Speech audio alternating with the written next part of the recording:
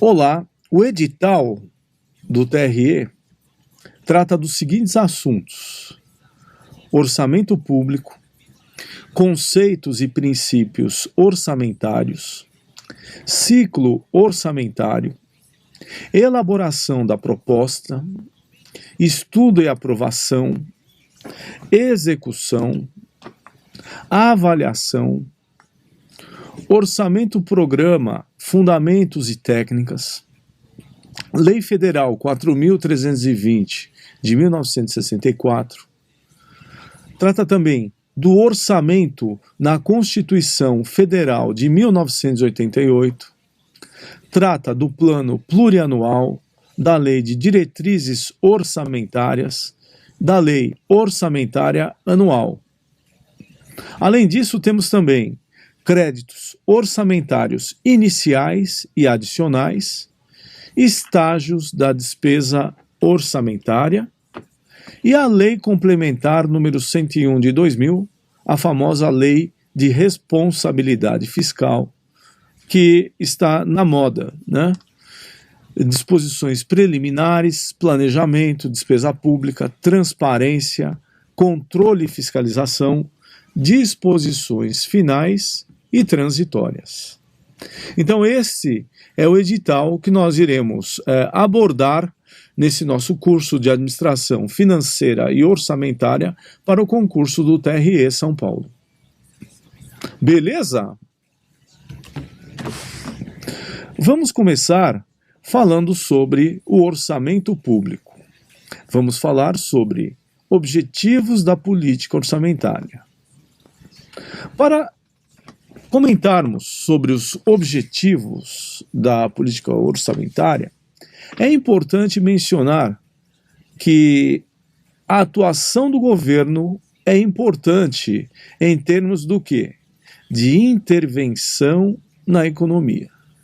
Imagine um país, uma economia de um país em que não existisse governo, não existisse o Estado. O mundo seria dominado pelo setor privado. Tudo bem, se houver um viés neoliberal, isso é algo altamente positivo.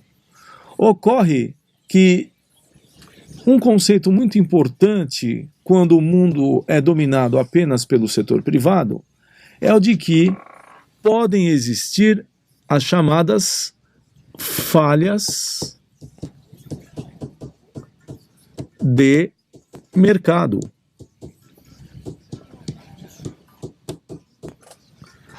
Nesse aspecto, o que se pode dizer é que um mundo apenas e tão somente dominado pelo setor privado faz com que as empresas privadas pensem apenas e tão somente nos seus próprios interesses.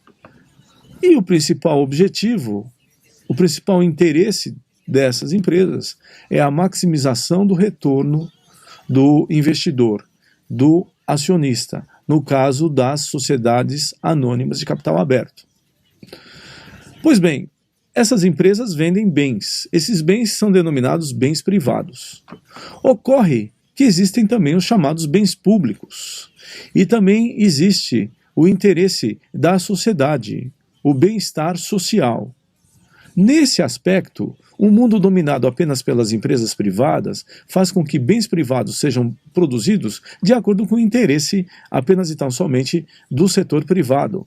Não se pensa em comercializar bens públicos, muitos deles são livres, são gratuitos, encontram-se na sociedade, na natureza, na economia. E também é importante lembrar que as necessidades são ilimitadas, mas os recursos são limitados, são finitos. E para que não exista algo predador no sentido de acabar com matérias-primas, é necessária a intervenção do governo, a intervenção do Estado na economia, mesmo porque o Estado tem as suas funções alocativa, distributiva e estabilizadora.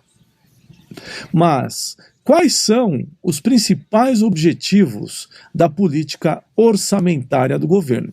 Vamos recorrer a um estudioso muito importante da área de finanças públicas, de economia do setor público, que é Musgrave. Musgrave responde que o governo deve assegurar o quê? O governo deve assegurar o ajustamento na alocação dos recursos. O que quer dizer o ajustamento na alocação dos recursos? A função alocativa do Estado.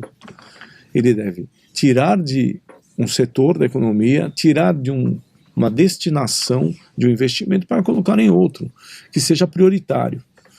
Ajustamento na distribuição de renda e da riqueza, né?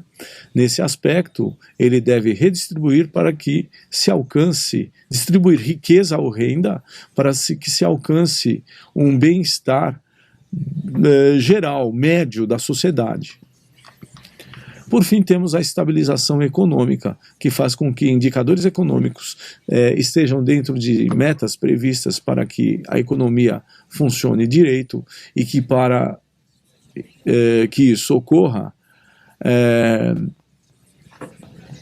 tudo fique funcionando perfeitamente e que isto gere um ciclo virtuoso de crescimento e desenvolvimento.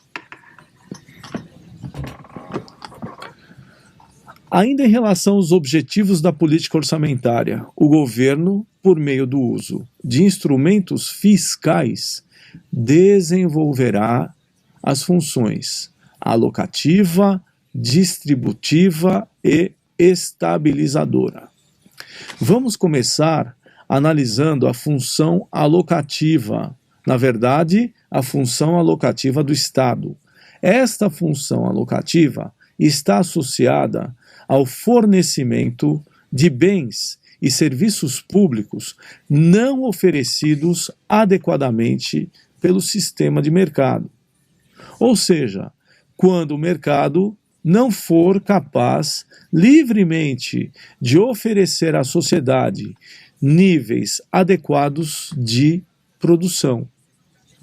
Por quê? Porque o mercado só pensa na produção de seus próprios bens privados que geram uma maximização de riqueza do acionista, uma melhor margem de contribuição em função do preço praticado e do produto oferecido. Esta função alocativa deve respeitar o princípio da legalidade. Nesse aspecto, a lei orçamentária anual serve de intermediação para a alocação de recursos. Essa função alocativa entende que a arrecadação tributária constitui um recurso ou um meio para alocar os demais recursos. Nesse aspecto, a arrecadação tributária, que trata de arrecadar recursos por meio de impostos, taxas, contribuições de melhoria, empréstimos compulsórios, atende a esta função de alocar recursos. É o Estado que aloca recursos por meio da arrecadação tributária. Função distributiva. A função distributiva trata da distribuição ou redistribuição de renda considerada mais justa pela sociedade. Como é que a sociedade acha que a distribuição de renda será considerada mais justa? Elegendo partidos e políticos que considera que satisfarão esta demanda, que é atender às necessidades de uma determinada camada da população. Por meio das eleições, conhece-se o programa de governo do partido ou do candidato, o candidato é eleito, e o programa de governo do partido vira uma política pública vira uma estratégia de governo. E isso será incorporado na política orçamentária desse governo que foi eleito. Para isso, o governo se utiliza de alguns instrumentos, como concessão de transferências, né? Transferências como, por exemplo, Bolsa Família e Bolsa Escola, Vale Cultura. Subsídios, ou seja, subsídio é uma renúncia fiscal, é um tipo de renúncia fiscal que será utilizado para determinados setores da economia que não pagarão tributos em função da sua produção de bens ou de serviços, ou comércio de serviços e bens também, prestação de serviços e comércio de mercadorias, que poderão não pagar impostos, taxas, contribuições, enfim, tributos, porque a lei menciona que eles fazem jus a subsídios. Existe também a cobrança de tributos para determinados setores da sociedade. Por exemplo, quem tem lancha pode pagar um tributo maior, um ICMS, um IPI na produção. E fortalecimento dos gastos. Então, o governo utiliza concessão de transferências, subsídios, cobrança de tributos e fortalecimento de gastos para distribuir ou redistribuir renda considerada mais justa pela sociedade. O governo redistribui renda retirando dos mais ricos para dar para os mais pobres. Essa função entende a arrecadação tributária como um instrumento de justiça social. Uma justa distribuição de renda é propiciada por um sistema tributário progressivo. O que vem a ser um sistema tributário progressivo? Um sistema tributário progressivo é um sistema em que quem ganha mais paga mais e quem ganha menos paga menos. Isso é um sistema progressivo. Por exemplo, quando o governo federal informa por meio da Secretaria da Receita Federal do Brasil, que vai reajustar a tabela das alíquotas do imposto de renda, isso quer dizer o seguinte, que tem um efeito de progressividade nessa ação. Por quê? Porque se ela reajustar os valores de renda sujeitos à incidência de alíquotas do imposto de renda, isso significa que quem ganhar mais poderá pagar mais dentro dessa tabela de progressividade do imposto de renda. Existem também sistemas considerados regressivos, em que quem ganha menos acaba pagando mais do que quem ganha mais. Por exemplo, um mesmo produto que sofre incidência de um imposto sobre o consumo. Pessoas com nível aquisitivo, poder aquisitivo baixo, poderão comprar esse produto e vão pagar a mesma alíquota que uma pessoa que compra esse mesmo produto e que tem um padrão de renda mais elevado. Como, por exemplo, uma camisa de um time de futebol. Camadas da sociedade mais desfavorecidas vão querer aquela camisa oficial e vão pagar uma alíquota de ICMS dentro do preço, pois o imposto faz parte do preço, é cobrado por dentro. E alguém que é abastado, que tem uma faixa de renda muito maior, também compra a mesma camisa, pagando o mesmo imposto. Nesse aspecto,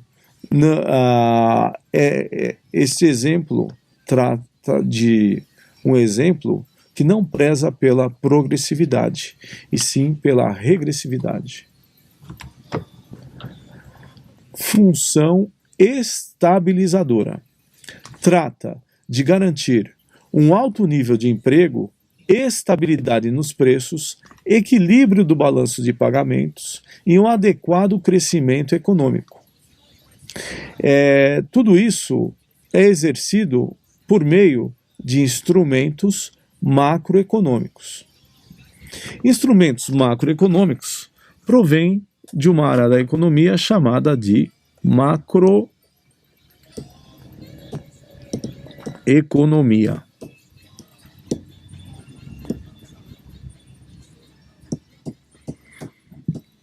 Macroeconomia.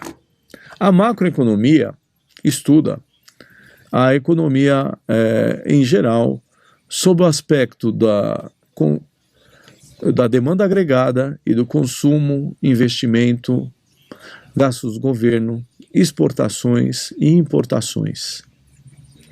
Né? A macroeconomia estuda a inflação, é uma análise geral, vamos dizer assim, da economia. Através da função estabilizadora, a economia pode alcançar a estabilidade e daí promover a alocação e distribuição de renda para a economia. Os principais instrumentos utilizados para cumprimento da função estabilizadora são as políticas fiscal e a política monetária. Política fiscal e política monetária.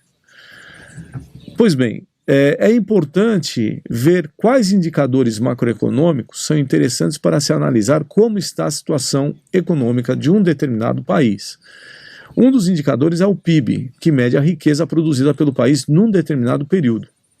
Outra variável importante é a inflação. Temos também taxa de juros. Vamos pegar, por exemplo, política fiscal. Dentro de uma política fiscal, é importante analisar o PIB, o quanto se produz na economia de um país, de onde provém essa criação de riqueza proveniente do PIB, e também a questão da renda. Existem rendas de países, rendas de empresas, rendas de pessoas, que contribuem para a composição do PIB. Só que a vida não é feita só de ganhos, existem também deduções. E muitas pessoas brincam, porque existem duas certezas na vida. Uma é que um dia nós iremos morrer. E a outra, que nós continuaremos pagando tributos. Nesse aspecto, países têm renda, empresas têm renda, pessoas físicas têm renda. Mas tem também deduções do quê? Impostos, principalmente. Impostos sobre a renda.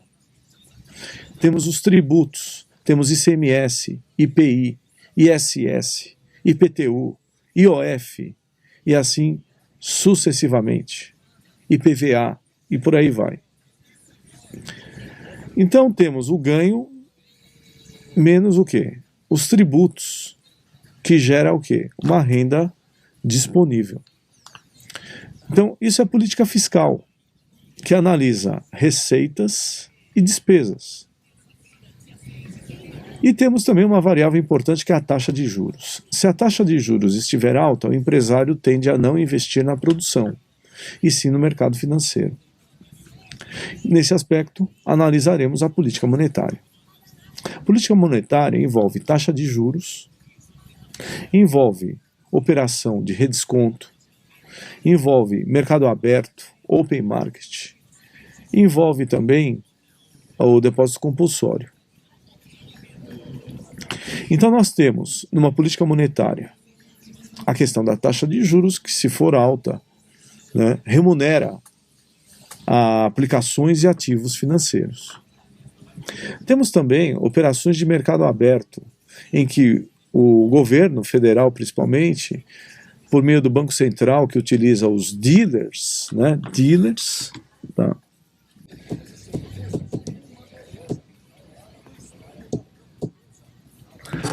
Pode oferecer títulos públicos e, em troca, a sociedade compra títulos públicos e entrega o dinheiro aos dealers, que o repassam ao governo federal, diminuindo o excesso de liquidez na economia e controlando a inflação. Então, este é um tipo de política monetária, operações de open market ou mercado aberto. Temos também a operação de redesconto, que é a uma determinada taxa, o Banco Central poderá emprestar o quê? Dinheiro para bancos privados. Se o Banco Central aumenta essa taxa, o incentivo para captar recursos por meio de empréstimo por parte das instituições financeiras privadas fica inibido. Isso contribui para não aumentar o excesso de liquidez na economia e provocar inflação.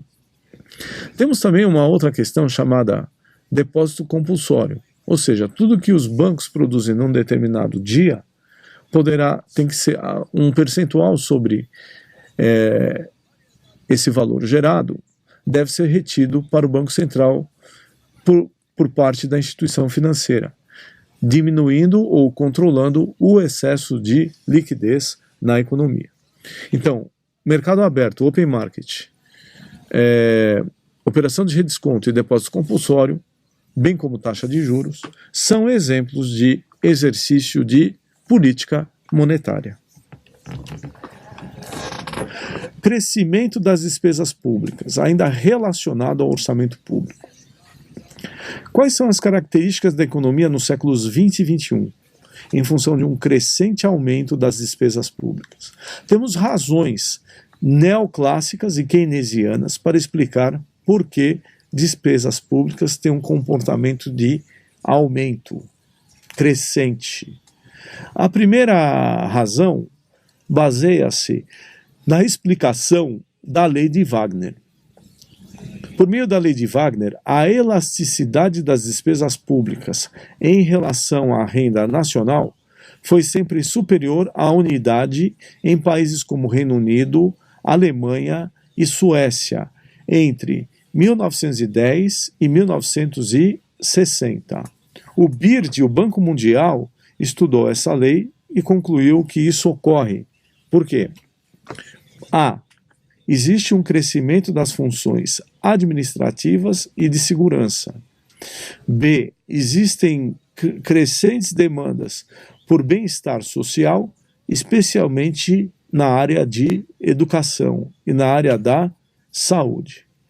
C. A maior intervenção direta e indireta do governo no processo produtivo. Quais são os motivos para que isso ocorra? Urbanização, industrialização e o papel do setor público de desenvolvedor econômico.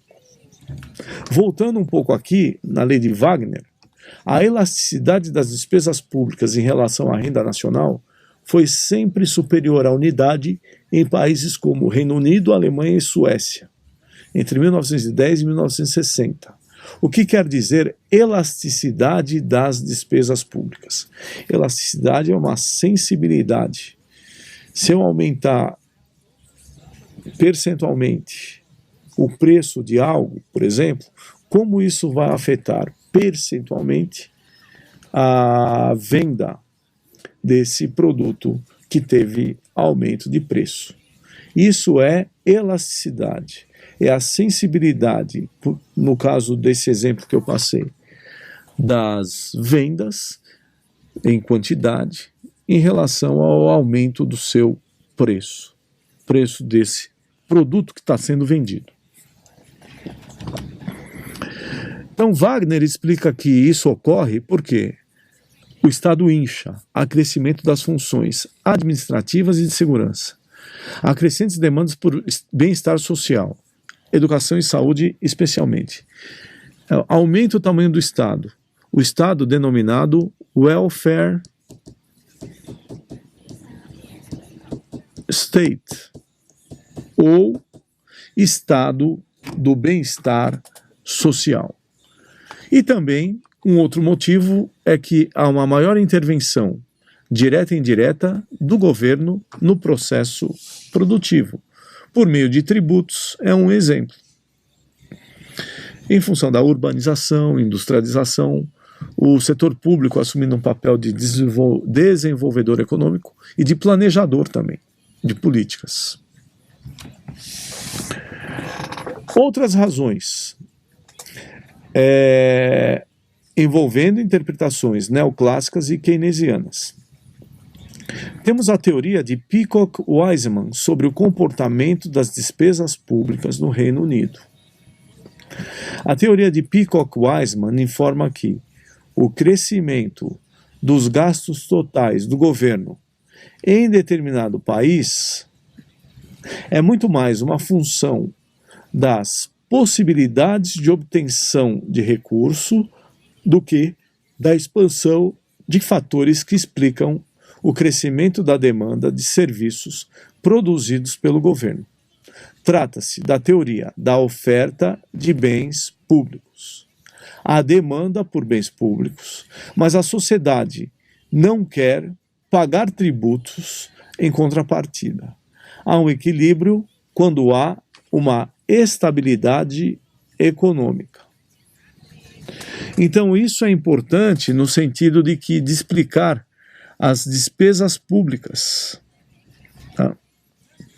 Por quê? Porque o Estado, principalmente o que falamos, o Estado do bem-estar social, chamado welfare state, ele oferece bens e serviços gratuitamente à sociedade. Por quê? Porque ela não quer pagar. Então isso aumenta as despesas públicas. E não há uma contrapartida em termos de arrecadação tributária. Porém, existem situações em que o Estado gasta e também arrecada, havendo um equilíbrio quando existe o quê? Estabilidade econômica. O problema é quando não há estabilidade econômica num país e as mazelas começam a aparecer. Então, quando um país está em crise econômica, não está em estabilidade, gastos são cortados, porque são considerados supérfluos. Porque o Estado não tem recursos para investir. E tem que racionalizar os seus gastos. E há necessidade até de se fazer privatização para diminuir o tamanho do Estado na economia. E a privatização, ela tem uma característica simbólica. Trata-se da diminuição do poder do Estado na economia. Outras razões, em termos de interpretação neoclássica e keynesiana, é o efeito translação e o efeito limite, de Musgrave. Existe uma razão entre gastos totais e PNB, Produto Nacional Bruto. Períodos de guerras ou de depressão econômica são justificativa para aumento da carga tributária. Nossa legislação, inclusive, menciona no aspecto dos empréstimos compulsórios que, em caso de guerra externa, sua iminência, né, na verdade, iminência, foi o que eu falei, isso justifica aumentar a alíquota do empréstimo compulsório em função de guerra externa ou a sua iminência. Beleza? O quarto motivo encontra-se na teoria keynesiana macroeconômica. Keynes, 1936, consiste em fazer buracos e tapar buracos. É o governo que contrata a gente para cavar buraco e o mesmo governo depois contrata a gente para tapar buraco. Qual que é a ideia por trás disso? O pano de fundo é que o Estado oferece recursos financeiros à sociedade para ir consumindo e para gerar a economia, para caracterizar um ciclo virtuoso de crescimento e de desenvolvimento econômico. Vamos parando por aqui. Eu agradeço o seu interesse e desejo a todos um bom estudo. Beleza? Até a próxima, gente!